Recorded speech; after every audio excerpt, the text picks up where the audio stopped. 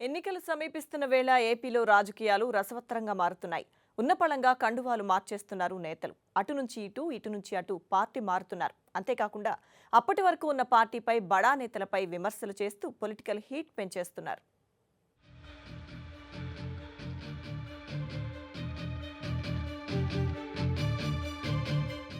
ముగ్గురు ఏపీ నేతలే.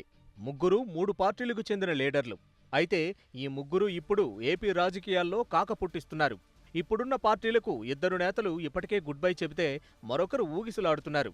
జగన్ పాదయాత్రతో ఉత్సాహంగా ఉన్న వైసీపీకి భారీ షాక్ తగిలింది. ఆ పార్టీకి మరో నేత వంగవీటి రాధాకృష్ణ రాజీనామా చేశారు. తన రాజీనామా లేఖను పార్టీ అధినేత జగన్మోహన్ రెడ్డికి పంపారు. గత కొన్ని నెలలుగా పార్టీ కార్యక్రమాలకు రాధ దూరంగా ఉంటున్నారు. ప్రజా సంకల్ప యాత్ర ముగింపు సభకు వంగవీటి రాధ హాజరు కాలేదు. ఇటీవల ఘట్టమనేని ఆదిశేషగిరిరావు సైతం టికెట్ విషయంలో విభేదాలు రావడంతో వైసీపీకి రాజీనామా చేశారు. వంగవీటి రాధ విజయవాడ సెంట్రల్ సీటును ఆశించారు. అయితే ఆ సీటును మల్లాది విష్ణుకిచ్చేందుకు వైసీపీ సిద్ధమైనట్లు పార్టీ నేతలంటున్నారు.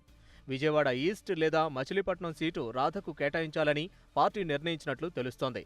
దీంతో సెంట్రల్ సీటు ఆశించి భంగపడిన రాధ పార్టీకి గుడ్ బై చెప్పేశారు. ఎవరి దయాదాక్షిణ్యాల మీద ఆధారపడే మనస్తత్వం తనది కాదని, పోరాటమే నా ఊపిరి అంటూ తన రాజీనామా లేఖలో తన తండ్రి వంగవీటి మోహన్ రంగ చెప్పిన వ్యాఖ్యలను ప్రస్తావించారు. అంతేకాకుండా జగన్ పైన విమర్శలు చేశారు రాధ.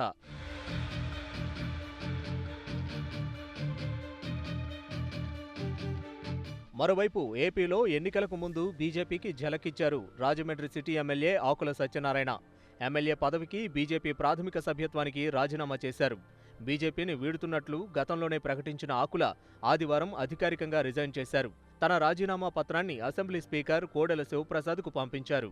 సోమవారం రోజున పవన్ కళ్యాణ్ సమక్షంలో ఆయన జనసేనలో చేరనున్నారు. 2014 ఎన్నికల్లో టీడీపీ, బీజేపీ కలిసి పోటీ చేస్తే ఆకుల సత్యనారాయణ బంపర్ మెజారిటీతో విజయం సాధించారు. ఇప్పుడాయన పవన్ పార్టీ జనసేనకు సతీ సమేతంగా షిఫ్ట్ అవుతున్నారు. బీజేపీకి గుడ్ బై చెప్పేందుకు రెండు ప్రధాన కారణాలు చెబుతున్నారు ఆకుల సత్యనారాయణ. జాతీయ పార్టీగా ఉండి కూడా సంస్థాగతంగా బలోపేతం చేయడంలో అధినాయకత్వం విఫలమైందని ఆయన ఆరోపణ. అంతేకాకుండా Visakha railway zone, Kadapa steel plant లాంటి హామీలు నెరవేర్చకపోవడం, చంద్రబాబు, మోడీ మధ్య వైరంతో బీజేపీపై వ్యతిరేకత పెరిగిందన్నారు. ఏపీలో బీజేపీ బలంగా లేకపోవడంతో తన రాజకీయ భవిష్యత్తు పణంగా పెట్టేందుకు సిద్ధపడలేదు ఆకుల.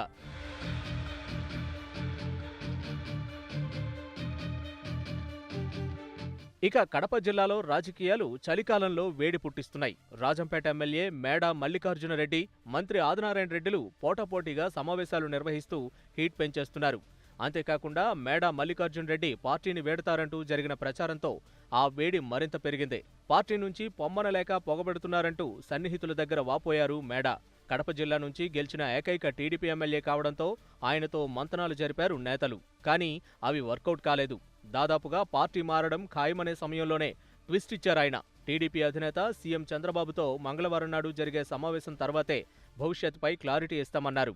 మొత్తంగా ముగ్గురు నేతల్లో ఇద్దరు లీడర్లు పార్టీలకు గుడ్ బై చెప్పడం ఏపీలో హాట్ టాపిక్గా మారింది.